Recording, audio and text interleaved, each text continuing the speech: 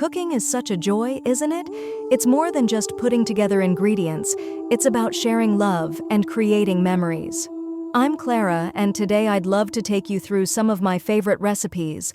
These are the dishes that have warmed my family's hearts and filled our home with laughter. So, let's get started. First up is a classic roast chicken. It's one of those meals that never fails to bring everyone to the table with a smile. Here's how I do it. Start by preheating your oven to 425 degrees Fahrenheit, 220 degrees Celsius. Rinse your whole chicken inside and out, then pat it dry with paper towels. Now take some softened butter and rub it all over the chicken. Don't be shy, make sure it's well coated. Season generously with salt and pepper. For the inside of the chicken, stuff it with minced garlic, lemon halves, and a bunch of fresh thyme and rosemary. I love using fresh herbs because they add such a wonderful aroma and flavor. Place the chicken in a large roasting pan and surround it with onion quarters, carrot chunks, and potato pieces. Roast it for about 1.5 to 2 hours, or until the chicken is golden brown and cooked through. The veggies will soak up all those delicious juices. Let the chicken rest for 10 minutes before carving. For an extra juicy bird, you can baste it with the pan juices every 30 minutes. And don't forget to make some gravy with those drippings. It's the perfect finishing touch. Next, let's dive into a family favorite, spaghetti and meatballs. This dish is always a hit. I use a mix of ground beef and pork for the meatballs. Here's what you'll need. Combine 1 pound each of ground beef and ground pork with 1/2 cup of breadcrumbs, 1/4 cup of grated Parmesan cheese, minced garlic, fresh parsley, and an egg. Season with salt and pepper. Shape into meatballs about 1.5 inches in diameter. In a large skillet, heat some olive oil and brown the meatballs on all sides. Then remove them from the skillet. In the same skillet, cook chopped onion and garlic until softened. Stir in crushed tomatoes, tomato sauce, sugar, oregano, basil, and a pinch of red pepper flakes if you like a bit of heat.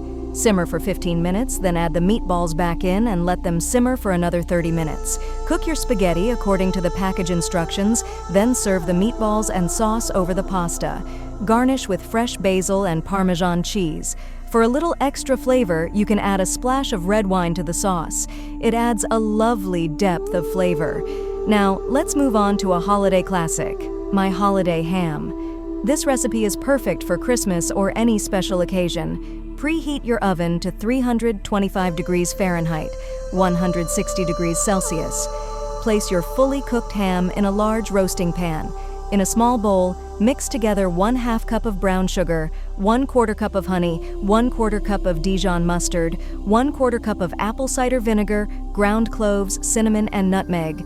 Brush this glaze all over the ham, making sure to get into all the crevices.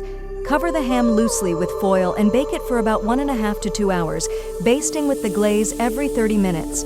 Remove the foil for the last 30 minutes of baking to let the glaze caramelize. Let the ham rest for 10 minutes before slicing. For a beautiful presentation, you can stud the ham with cloves and garnish it with fresh herbs and slices of orange or pineapple. Let's finish up with something sweet, my chocolate cake. It's rich, moist, and deeply chocolatey. Here's how you make it. Preheat your oven to 350 degrees Fahrenheit, 175 degrees Celsius, and grease and flour 2 9-inch round cake pans. In a large bowl, sift together 1 3/4 cups of flour, 1.5 cups of sugar, 3/4 cup of cocoa powder, baking soda, and salt. Add in 2 eggs, 1 cup of milk, 1/2 cup of vegetable oil, and 2 teaspoons of vanilla extract. Beat until well combined. Gradually stir in 1 cup of boiling water until the batter is smooth. Divide the batter evenly between the prepared pans and bake for 30 to 35 minutes, or until a toothpick inserted in the center comes out clean. Let the cakes cool in the pans for 10 minutes before transferring them to a wire rack to cool completely. Frost with a rich chocolate ganache or classic buttercream. For an extra decadent treat, garnish with fresh berries or a sprinkle of powdered sugar. Finally, I want to share my lemon bars. They're perfectly sweet and tart with a buttery shortbread crust. Preheat your oven to 350 degrees Fahrenheit, 175 degrees Celsius, and grease an 8-inch square baking dish. Combine 1 cup of flour and 1/4 cup of powdered sugar. Cut in 1/2 cup of softened butter until it resembles coarse crumbs. Press this mixture into the bottom of the prepared dish and bake for 15 to 20 minutes until lightly golden. In another bowl, whisk together 2 eggs, 1 cup of sugar, 2 tablespoons of flour, baking powder, salt, fresh lemon juice, and lemon zest. Pour this mixture over the hot crust and bake for an additional 20 to 25 minutes until the filling is set.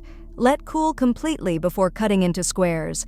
For an extra burst of lemon flavor, add more zest to the filling and dust with powdered sugar before serving. And there you have it, some of my favorite recipes that have brought so much joy to my family. Cooking these dishes is my way of showing love, and I hope they bring as much happiness to your table as they have to mine. Remember, cooking is not just about the food.